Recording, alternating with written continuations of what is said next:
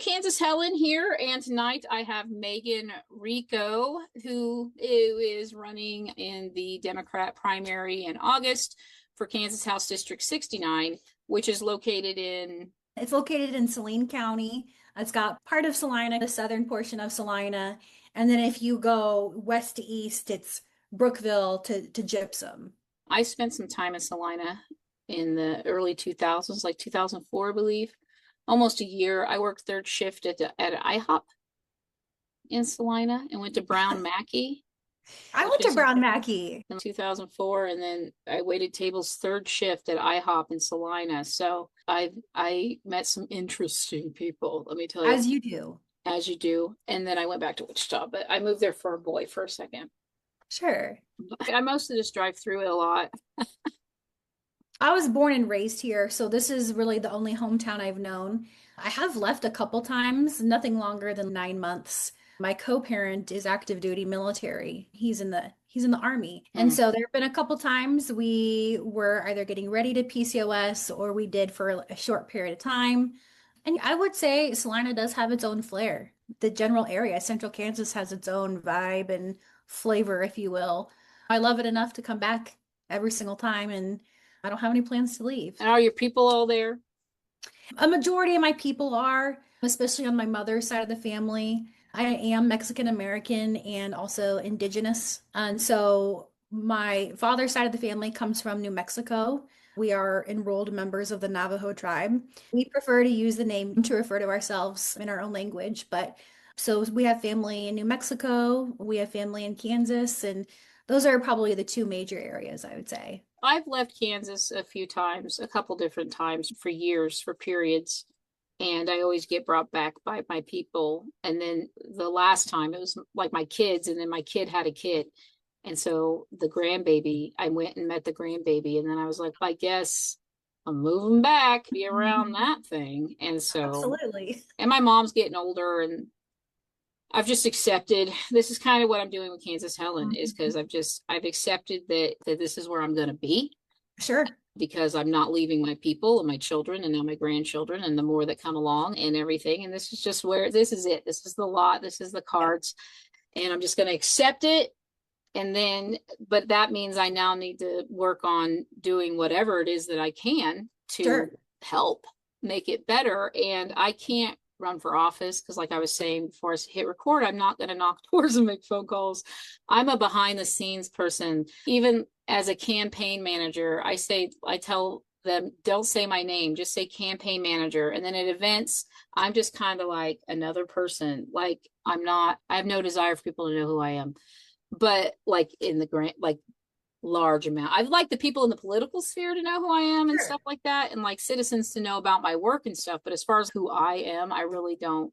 People know Kansas Helen, they don't know Helen Riker, right? Mhm. And so I'm like, that's good. That's fine. I'm fine with that. No, I can relate to that. I would consider myself a reluctant new politician, and Oh, that it wasn't my dream growing up to have to run for office and do everything that I'm having to do.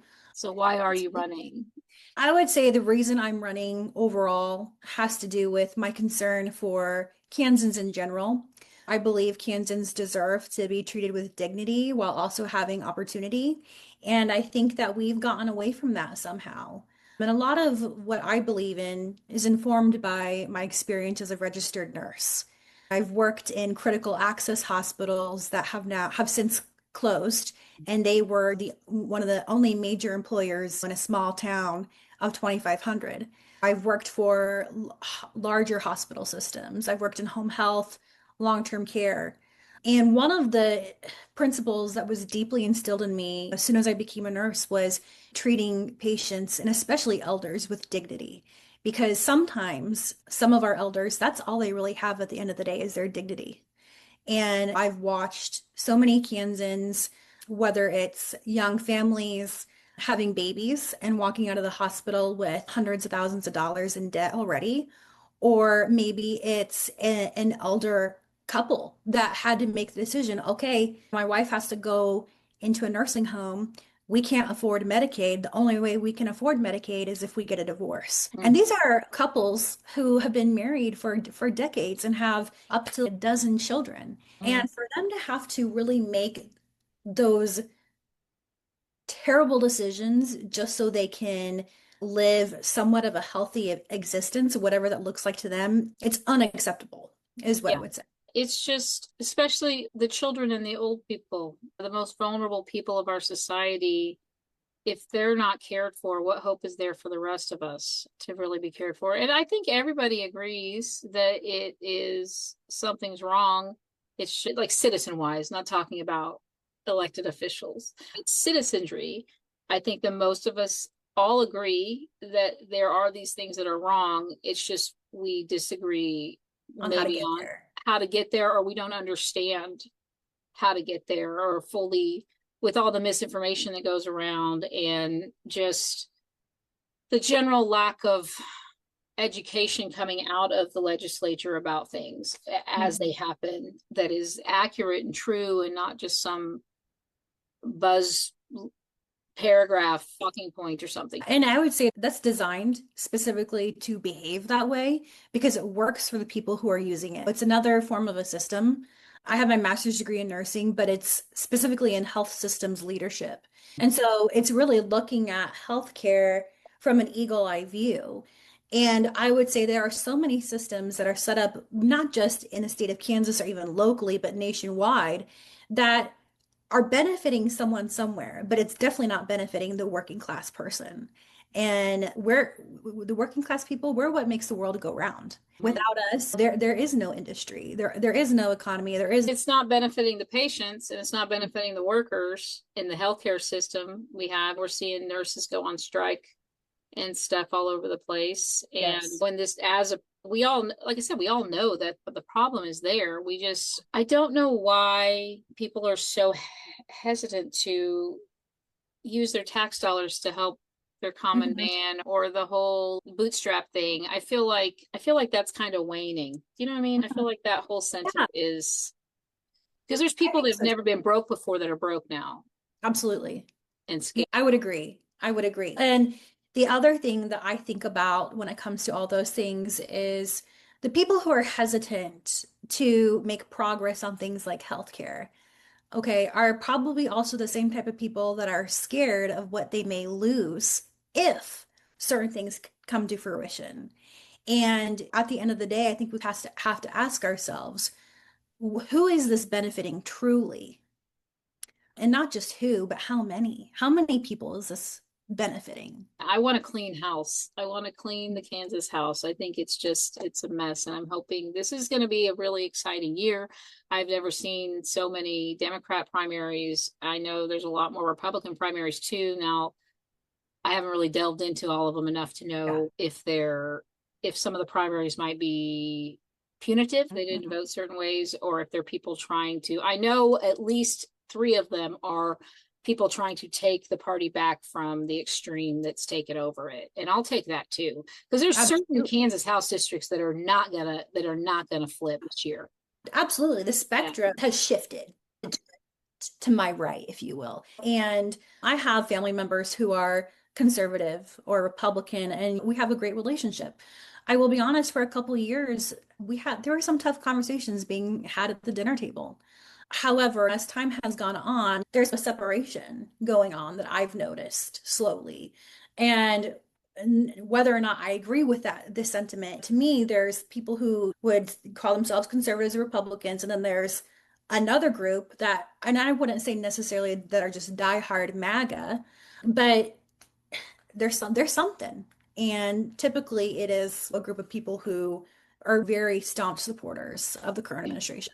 I think if you look at the most recent June registration numbers, that the we lost a little bit of Democrats, we lost quite a few Republicans, and then we Yeah, gained twice as many as we lost for both of those as unaffiliated. It means most likely most of those people moved over here to right. unaffiliated. we got a bunch of new people that Mhm. affiliated. And so I think that the Republicans want to believe that's all Democrats, but that's just not what it's showing. It's not. It's No. not because at the same time, there are a huge group of people who we can't really capture with the data and with the numbers because they're not energized voters, number one. And they're not energized voters because they probably haven't been. And then on top of that, they've been disenfranchised by the system on both sides, whether Mhm. it's Democrats make with poor legislation or Republicans with poor legislation. And so the themes that I constantly hear with my neighbors is, why should I trust you as a Democrat? Because how I see things is that you have they're two wings of the same bird. You've got Democrats and Republicans, and at the end of the day, they feed into some of the same systems that are tearing down our communities and our neighborhoods. And I don't know if I necessarily agree with that statement 100%, but I can see and I can understand why people would feel that way. Government in general, whether it's local, state, or federal, government's never been good at educating, at leveling with people and being transparent. That has been an issue for as long as I can remember. And what this leads to is a complete distrust in government. That's what we're working with now is an American public that doesn't trust, Yeah. any of the politicians, and they especially distrust if you're diehard on one side or the other. They want someone who is not establishment. They want to look at a candidate and see themselves, not only themselves, but maybe even their friend or their children. They don't want these lifelong politicians. Yeah, I think that because like Caden's Bennett's district in 81 is 40% unaffiliated. So when we're posting things in the groups and stuff, they do not trust the government. It has nothing to do with them being an R. They just don't trust the government. Sure. I think that there are a lot of really good people running right now for Kansas House that are not establishment, but you just have to pick a letter. Yeah, you do. The You do. state. And at the end of the day, even if I don't consider myself an establishment Democrat, I still have to work with people who probably would consider themselves establishment Democrats and Republicans. And I think my ability to bridge that gap is something that I've learned naturally. Being biracial, being white and Mexican and Native American, I've always had to walk this line of having one foot in one universe and one foot in another, and then trying to reconcile those two things at the same time. And I've been the moderator between families and patients and doctors. So, in a way, being the mediator between the system and the people who are trying to receive services from the system. And I've honed that over my time as a nurse, but most recently in my work in public health. And I think what really set the fire for me to put my name into this race was my experience working in public health, because it is a little bit of a small arm of the government, if you will, in a way that people view, for example, local health departments and public health agencies as authoritarian figures.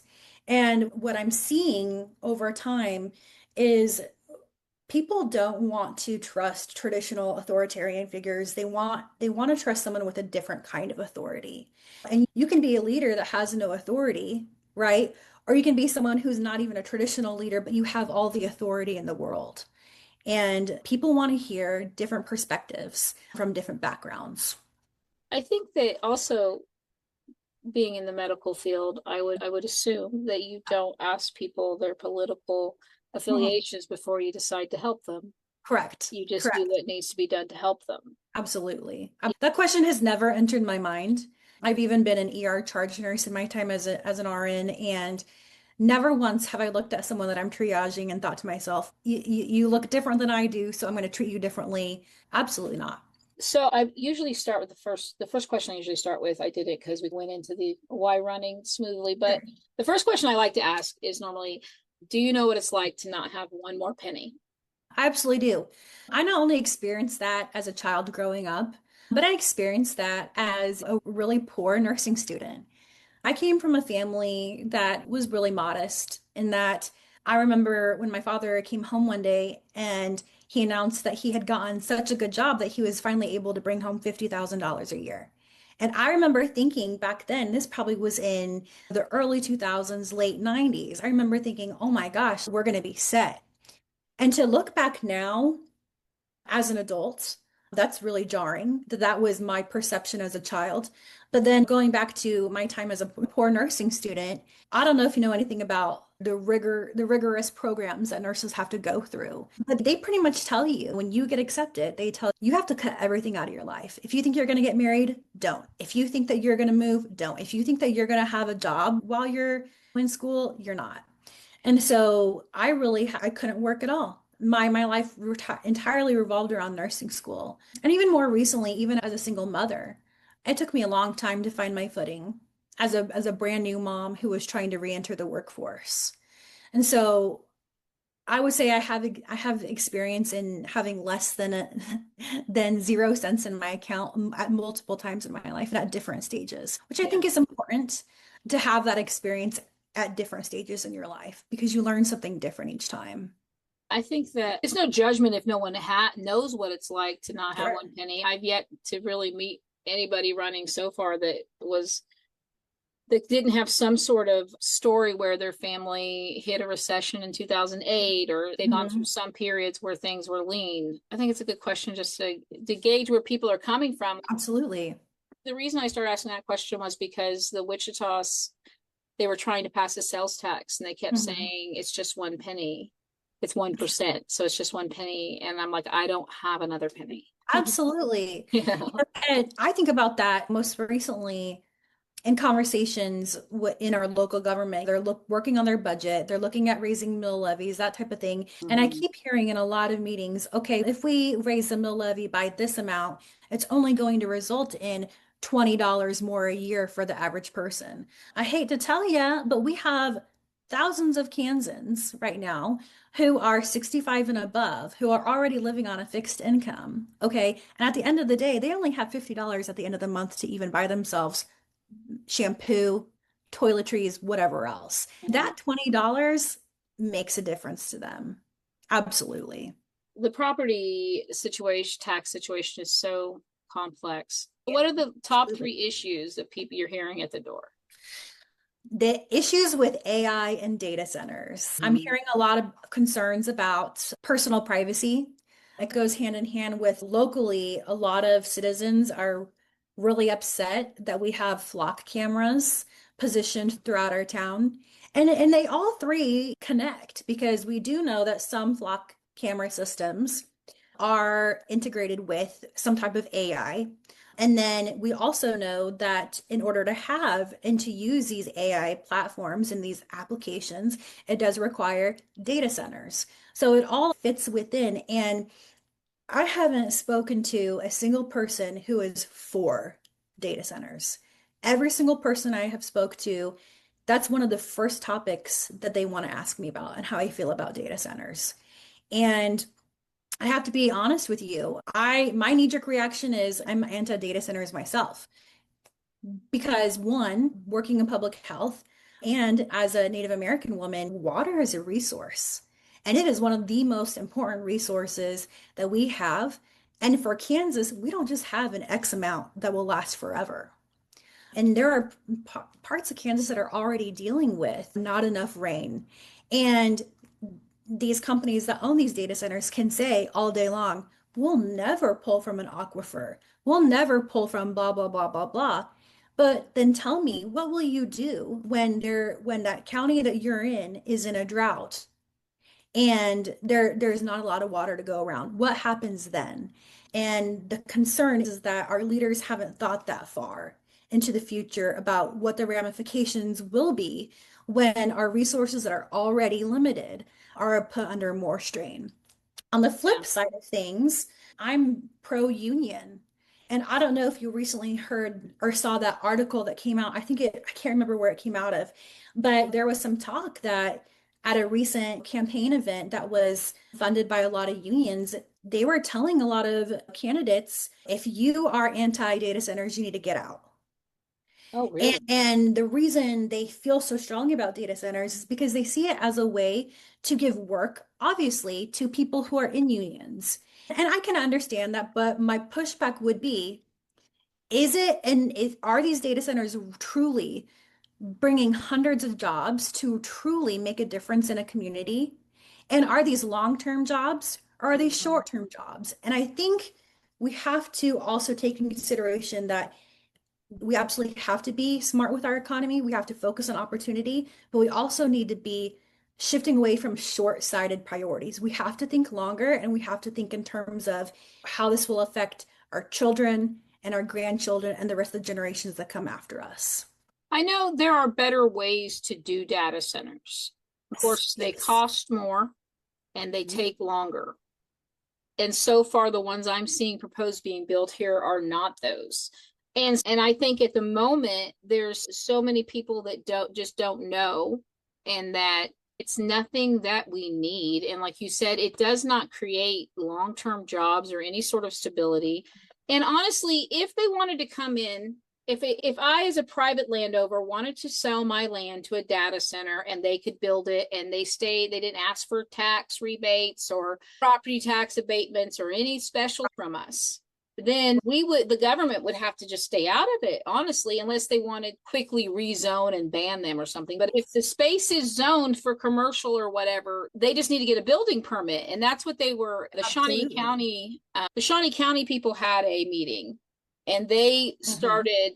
they're discussing changing some regulations so that AI data centers specifically have to go through more steps to be built than just a building permit.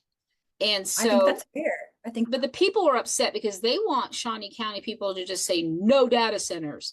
And I said they can't really do that, because like if a mhm. private person and a private business want to sell land and build something that is not that meets code, that's zoned for that thing, there's nothing the government can do. Now the government can say we're not going to give you tax credits or incentivize you to come here, but they can't stop a AI Right, data center from coming there necessarily. They right. can, but it's a lot. Then you're then it's just a slippery slope of the government being too involved with the private affairs of people, businesses and stuff, and then they don't like Absolutely. that. And And nobody likes that. Nobody wants to feel like they're living in a country where they've got big government over their shoulder. And you're right, there are different ways that we can power these data centers. And so my stance is until we have companies that are willing to build without these tax incentives, because those tax incentives should be saved for projects that will help workers long term, but also the community long term. I think that was the purpose of a lot of these tax incentives, and somewhere along the way we got around that. But also, we need to push back and expect these companies to find solutions to where they're not such a drain on our natural resources. And until those things can happen, I'm going to be against a lot of the data centers that want to come to the area that I live in and to my county. And I'm fortunate that our county commission in Saline County put a 3-year moratorium on data centers. But my second message to people is just because we have that moratorium does not mean that it's a done deal. After those 3 years, I'm sure our county commissioners are going to be studying this topic in depth. I hope so. But I'm curious to see what will happen after those 3 years. And I'm really paying attention to it. I And think by three yeah. years, we're going to see whatever the bubble is burst, and then Hmm. it's going to Hmm. settle out, because that's what's happening right Sure. now. So what my fear is that not only are they going to build these giant things, what they're going to do is get them built, and then as soon as everything blows up, they're going to have these giant empty AI data centers to Yeah. what? It'll just become another cost for the taxpayer. We've seen it. We're seeing it here locally. There's one building in, I don't know if you're familiar with Crawford. There used to be a hotel and it's since been torn down. But because the owner did not clean up they tear it down, but they didn't bring everything out, they didn't clear it off. Now that's up to the taxpayer here in Salina to foot the bill, even though that owner has had years and years to get things done.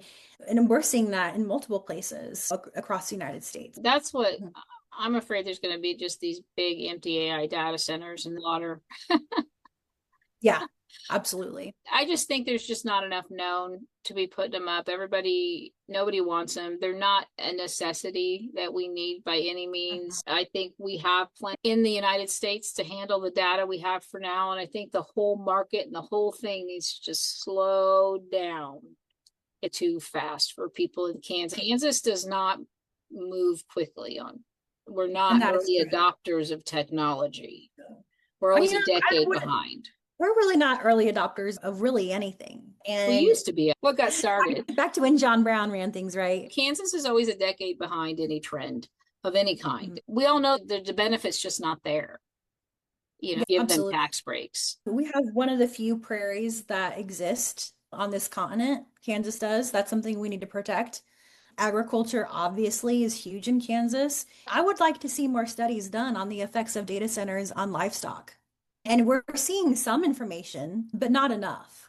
They just Um, haven't been around long enough in the forms that they're building them now. Like I said, it's all moving so fast. yes, And that's what's scaring people is like, that is scary.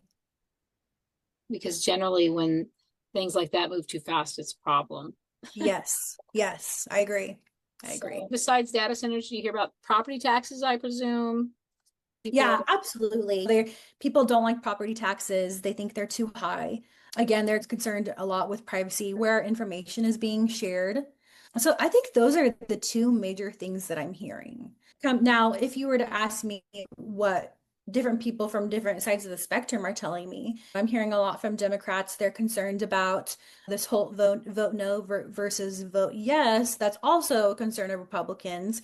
I'm hearing from Democrats that the concern is that this is just an easy way for us to really get some justices in office that will overturn the our abortion rights, essentially, which we already voted on in 2022. and school. You would think that's enough to drop the subject, but it's going to keep being a subject, unfortunately, in Kansas. It's really hard to tell how that vote's going to go. It was the same thing with I wasn't here in 2022, but I was paying attention. It was the same thing with that. We really had no idea how it was going to go. Absolutely. But I think that is going to be a really good indicator of how the general's going to go. Mhm. If too many people, if it passes, then that answers a lot of questions. And if it fails, I think if it fails, the people, I feel like the Republicans that are running for office are going to have to change course on their messaging Sure. they have right now. Sure. And I think it's going to be, I'm really interested to see how many unaffiliateds turn out to vote on it, Mhm. since there are so many of them now. And that's the message I'm pushing right now is I don't care if you pick a party, go vote on this one thing. And it's a constitutional amendment. It has long-term ramifications. And it is about abortion, but it's also about school funding. They want them to be able to overturn all those court cases and basically just have the last bit of control and power, and it doesn't go away. It's a big And deal. that's really so concerning to me also, just for the fact that historically conservatives and Republicans have been so anti-big government. And what's more big government than what they're trying to do right now at the day? What I figured the other day is that because somebody was talking about Trump comparing himself to, was it Roosevelt? I don't know. He was visiting the thing, and it was Roosevelt. And because Roosevelt was a Republican. And I said, but what has Mhm. happened is the Tea Party took over the Republican Party and dragged them all right, further right. And then Mhm. the Democrat Party as a whole, as a being, I'm not talking about every single person, people get upset, but I'm talking about the people in power at the Right. federal level. Instead of, Mhm. at the same time, they have progressive people trying to come in and do what the Tea Party's doing, but to the Democrats. And so the Mhm. Democrats at that time, like 2008 and that time, they spent so much time fighting off the takeover of progressives, and then at first discounted the threat of Tea Party, but then Mhm. spent so much time and resources fighting off the pull to going to the left that they then moved to the right, trying to appeal to more the right because they thought we have to win Republicans a way to win. Sure. And as they moved further right, they lost people. And then now the Democrats of today are really the Roosevelt Republicans of yesterday, or maybe even 90s Yes. Republicans, Kansas in some areas. And so that means that the Democrats are really Republicans and the Republicans are just something way off. And then you have now, it's not hard to be progressive in Kansas. You know what I mean? It's pretty easy to be radical or Yeah. progressive or whatever in Kansas because of that. And they Mhm. keep doing it, and it's not working here. Sure. The middle of the road stuff's not flipping No. seats. And No. so I think people just want I think at the end of the day, they want someone that's different. I don't think this is scary, but I don't think a lot of people put that much thought into their vote. Sure. A lot of them don't. I think they look at you and they think, oh, she seems relatable and I Right. like her. Yeah, I want to get a beer with her or whatever. sure. And so she gets my vote and they go off their gut a lot of the times. I don't think that people are as diehard about the parties as the parties like to think they make Yeah. us believe they are. I could see that even with people who are still working full-time parents, those of us who are pretty much in that category of 30 to 50, a lot of us aren't thinking so deeply into these elections, mostly because we're so busy just living in survival mode. And even psychology will tell you, you do not have the ability to focus on those types of concepts if you're just focused on, okay, I gotta pay my bill tomorrow. I gotta rob Peter to pay Paul. They're worried about getting enough hours to get their paycheck. They're worrying about how they're going to meet their deductible so they can have their colonoscopy. So there are so many things that are in the forefront of people's minds that everything else seems to just really get drowned out.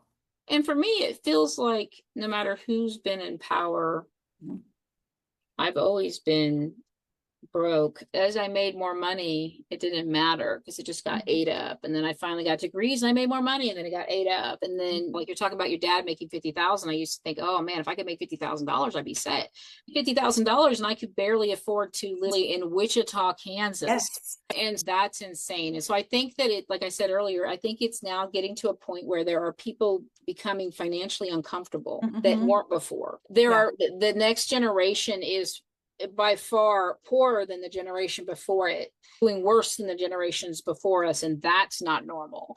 And Absolutely. so I think there's a lot of people that grew up with money or they grew up comfortably that are now not comfortable as adults and don't know what Mhm. to do because they weren't like me, right? I've always been poor, right? So I can Mhm. make do and I know what it's like to not have any money. But when you never have been taught what it's like to not have money in it, I just think a lot more people now are feeling the pain of this because Yes. I know I've never been so broke. I've heard it. 2008 recession, it was happening. I heard about it on the Yeah. news. I remember it not having really any impact on my life. Everyone's freaking out. And I'm like, I'm just the same. This is different. I've just never seen so many people making so much money and yet being so broke still. It behooves the current system for all of us to be overworked and exhausted. It truly does. And I firmly believe that. And I often find myself wondering and dreaming about a society in which that's not the case. And I can be a dreamer, but I'm also a realist.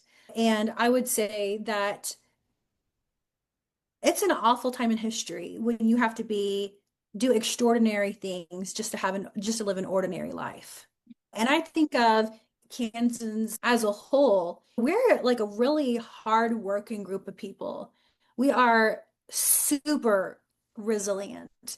But it comes to a point where, pulling yourself up by your bootstraps no longer works. And just like you said, there are more people who, that's their reality now, or that's going to be their reality in 3 months, 6 months, 9 months, whatever. And then if that's been the reality for some people their entire lives. And for them, they think this is more or less the same of what I've already been dealing with. Why should I care? The thing that I tell people is it doesn't have to be this way. And it starts with being transparent. It starts with building trust, and that being transparent is part of that. But it also goes back to trusting people to make their own decisions, especially if they're having all their needs met. And I truly believe that one of the first things that we have to do to turn things around is restore trust in our processes. And maybe that means changing the way that we do things. Perhaps that means looking at how we can get rid of a two-party system.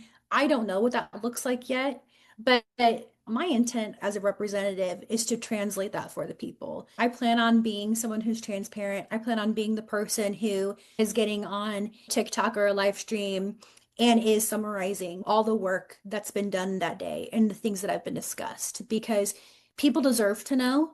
and they also deserve to be talked to, just like you and I are talking, neighbor to neighbor, person to person. And we've relied too heavily upon a system that uses jargon and terminology that the everyday person cannot necessarily understand. Mm. And government needs to be working for the people, not against it. And what we're experiencing right now is a government that truly feels like it's working against us. It feels like it's working for corporations. It feels like they're Yeah, overly yeah. concerned with economic development. I hate that word. I hate it because of what they've done to it. They're so concerned about getting, I was just complaining earlier about it. They're so concerned about getting visitors or tourists or whatever that they're not concerned about. Like, for if the mayor of Chicago said something along the lines of, he said something like, I'm worried about making Chicago somewhere people want to live. And I believe that will Yes. make it a place where people want to Yes. visit. And then when they visit, they Uh-huh. want to Uh-huh. stay here. And that's how we grow. So Yeah, let's worry about making a place people want to live. And then we can worry about making it a place people want to visit. absolutely. And isn't it interesting? That is also the same thing that people want in Kansas. And where I come from, Salina, you can't compare Salina and Chicago, right? But that is something that is felt even in Salina.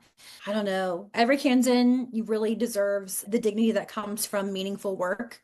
And that means quality health care. That means strong public schools. That means safe communities and the opportunity to build a better future for themselves and the generations that come after them. And that also involves looking at what opportunities do our young people have? We're hemorrhaging young people out of the state of Kansas every single day, and specifically in rural areas. Even in Salina, we're having a hard time growing. We're doing everything that we're supposed to be doing, checking off all these boxes. But the reason these young people are not staying is because they can't envision a future in Kansas. They've experienced it. And I get it. I hope that I want my children to follow the dreams that they want, that they have in their heart.